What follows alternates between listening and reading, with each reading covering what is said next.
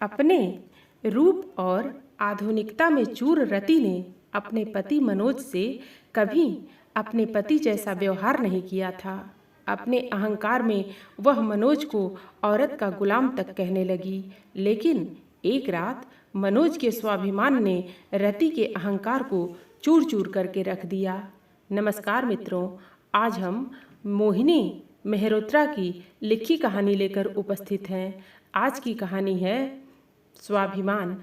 मित्रों, रति बेहद खूबसूरत थी। जैसा नाम वैसा रूप, सफ़ेद संगमरमर का सा गौरवर्ण, सुगठित शरीर, हर अंग ऐसा मानो फुर्सत में गढ़ा गया हो। कॉलेज में शकुंतला, गौहर बानू, रूपमती और अनारकली के रोल अदा कर वह प्रसिद्ध होती गई। साधारण परिवार में जन्मी रति आकांक्षाओं की ऊंची उड़ान भरा करती थी। अपने रूप के जादू से वह भली भांति परिचित थी। अपनी इस शक्ति का भरपूर प्रयोग कर सके, इसलिए उसने मनोज जैसे ऊंचे कुल के साधारण रूप रंग वाले युवक से शादी करना तय किया था। इस निर्णय के पीछे भी दो कारण थे। एक तो अपनी आकांक्षाओं की पूर्ति, दूसरे अपने रूप से पति को अपनी मुट्ठी में बांधे रखना। अक्सर ही वह मित्रों से कहती, पति पत्नी से कम रूपवान होना चाहिए, तभी पत्नी की कद्र होती है, वरना पति अपने रूप के घमंड में चूर रहता है। ऐसी रूपवान पत्नी किसी किसी को ही मिलती है। इसीलिए मनोज से उसका मित्र वर्ग ईर्ष्या कर उठा। पत्नी की बगल में जब वह चलता था तो उसकी गर्दन गर्व से अकड़ी रहती थी, पर घर के अंदर आते ही यह गर्दन पत्नी की मर्जी के आगे झुक जाती। पुरुष निर्मित समाज में नारी का दर्जा ही क्या है, मात्र पैर की जूती। इसीलिए जब रति को मनोज ने सिर पर बैठाया तो रति के अंदर एक ऊंचेपन का गर्व का एहसास पनपता गया। यह पति की कमजोरी थी और किसी भी व्यक्ति की कमजोरी का दूसरा व्यक्ति जमकर फायदा उठाता है। एक व्यक्ति की कमजोरी दूसरे व्यक्ति की शक्ति बन जाती है। पुरुष की कमजोरी बन अबला नारी सबला बन जाती है। रति भी सबला बन चुकी थी। लीक पर चलना घिसटना है, यह उसकी मान्यता थी। लीक से हटकर चलना ही जिंदगी है। ससुराल में पर्दे को उसने उतार फेंका। बहू के भी वही अधिकार हैं जो घर की बेटी के होते हैं। अपने इस कथन को व्यवहारिक रूप देने के लिए उसने बेल बॉटम, मैक्सी व मिडी सबको अपनाया। वह कहती, जिंदगी एक बार मिलती है, उसे यूं ही गंवा नहीं दिया जाता। जिंदगी को भरपूर जीना चाहिए। मनोज एक खपच्चियों वाला मर्द बनकर रह गया। मूक दर्शक बना। सामाजिक रूप से जुड़े रहने के प्रयत्न में अंदर तक टूटता चला गया। घर की सजावट से लेकर पति के पहनने के कपड़ों तक की निर्णायक रति ही थी। मनोज हर हुक्म आज्ञाकारी गुलाम की तरह बजा लाता। कभी सिर उठाने का साहस भी करना चाहता तो रति के बाएं काट और अड़ियलपन की चाबुक उसे रास्ते पर ले आती। रति को कार मायके से नहीं मिली थी, पर उस पर उसका पूर्ण अधिकार था। भले ही मनोज को रिक्शा पर या दोस्तों से लिफ्ट मांगकर ऑफिस जाना पड़ता। कार चलाते समय उसके चेहरे पर अपने रूप से जन्मा आत्मविश्वास व स्वाभिमान तैरता रहता। दिन रमी खेलते, शामें क्लबों में नाचते हंसते बोलते बीतती। उसकी मर्जी नहीं थी कि बच्चे हों। बच्चे माँ के शरीर को बेढंगा बना देते हैं और जीवन को नीरस और एकरस, यह उसकी धारणा थी। पर पता नहीं किन कमजोर क्षणों में मनोज ने उसे माँ बनने को राजी कर लिया था। 2 बेटे आया के साये में पल रहे थे। पति ने उसके शरीर को बेढंगा होने से बचाने के लिए इंग्लैंड से बेल्ट मंगाकर अपनी रूपमती को उसमें कस दिया था। रति वेशभूषा में ही नहीं, आचार विचार में भी आधुनिक सभ्यता की समर्थक थी। स्टीरियो की तेज अंग्रेजी धुन पर नाचती हुई वह बड़ा आत्मसुख अनुभव करती। ऊंचे ऊंचे उड़ते जाने के प्रयत्न में वह सबको पीछे छोड़ती गई और अपनों से कटती गई। मायका अब उसके स्वयं के स्तर पर नहीं ठहर पाता था।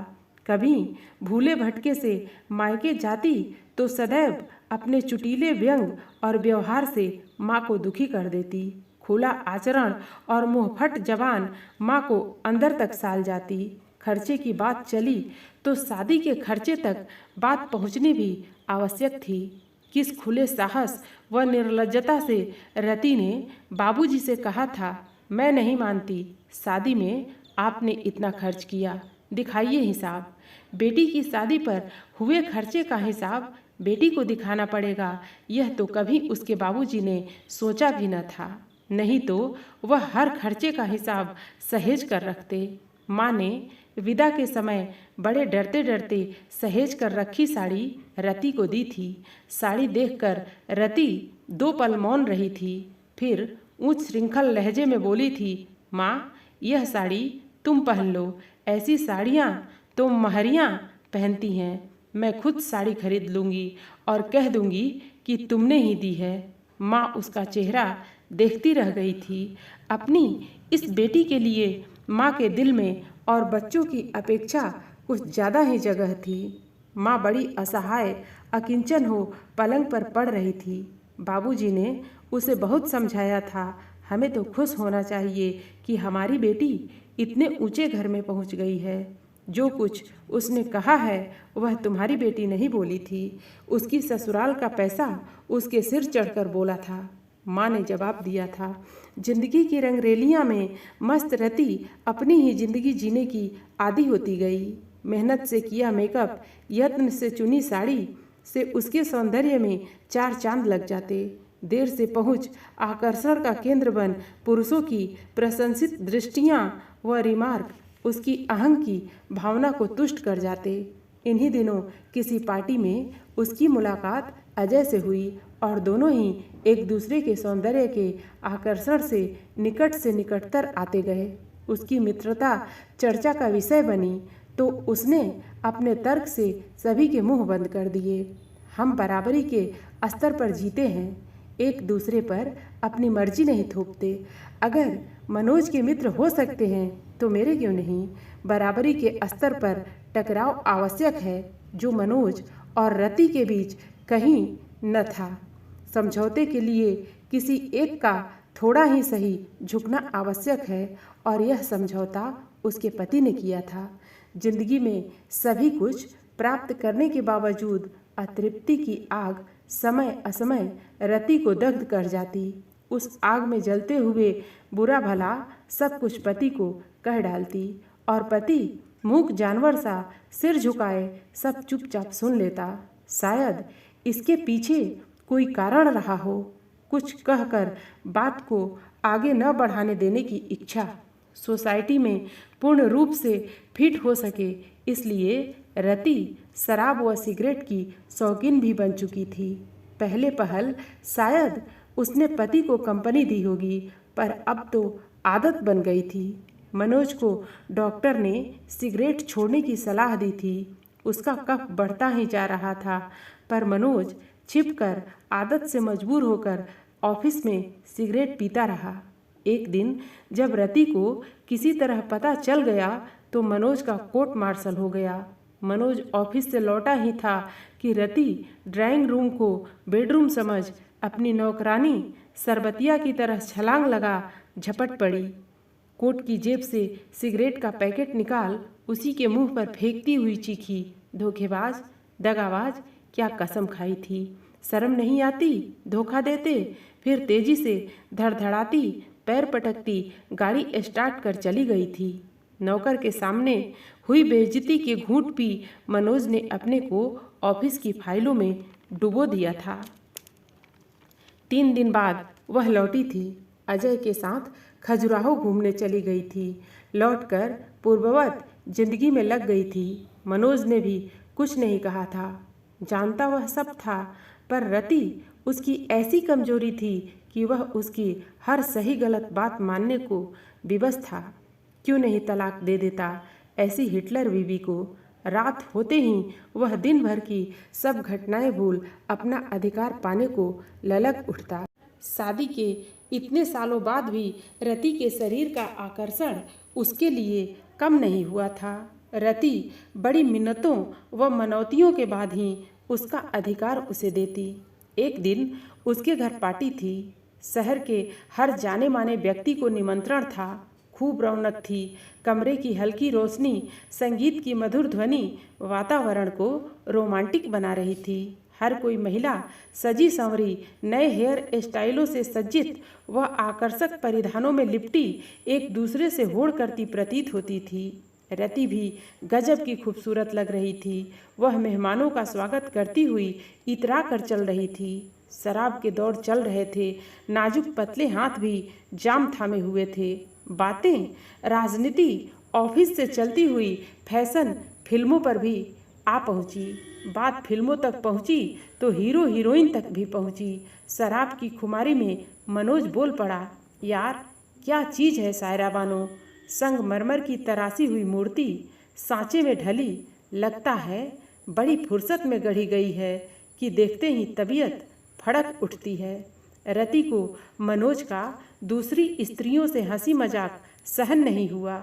पार्टी खत्म होने के बाद भी रति शराब के जाम एक के बाद एक चढ़ाती रही थी। इतनी शराब वह कभी नहीं पीती थी। अन्य कामों से निपटकर जब मनोज ने उसे रोका तो उसने बड़ी घृणा से उसका हाथ झटक लिया। तुम्हारी हवस मुझसे पूरी नहीं होती जो दूसरी औरतों के गुणगान करते हो। एहसान फरामोश, क्या कमी है मुझ में?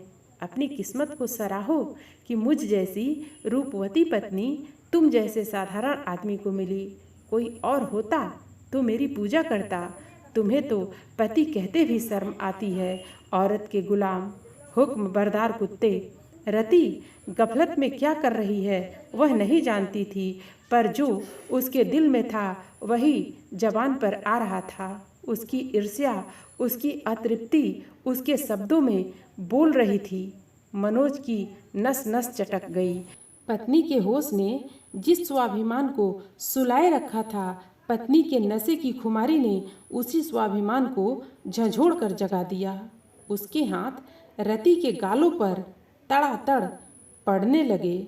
आज से तुम्हें पति का ही रूप देखने को मिलेगा, कहते हुए रति को वहीं छोड़कर वह अपने कमरे में चला गया।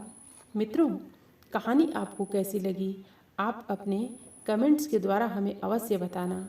कहानी पसंद आने पर वीडियो को लाइक और शेयर करना। ऐसी और कहानियाँ सुनने के लिए हमारे चैनल को सब्सक्राइब कर लेना। धन्यवाद।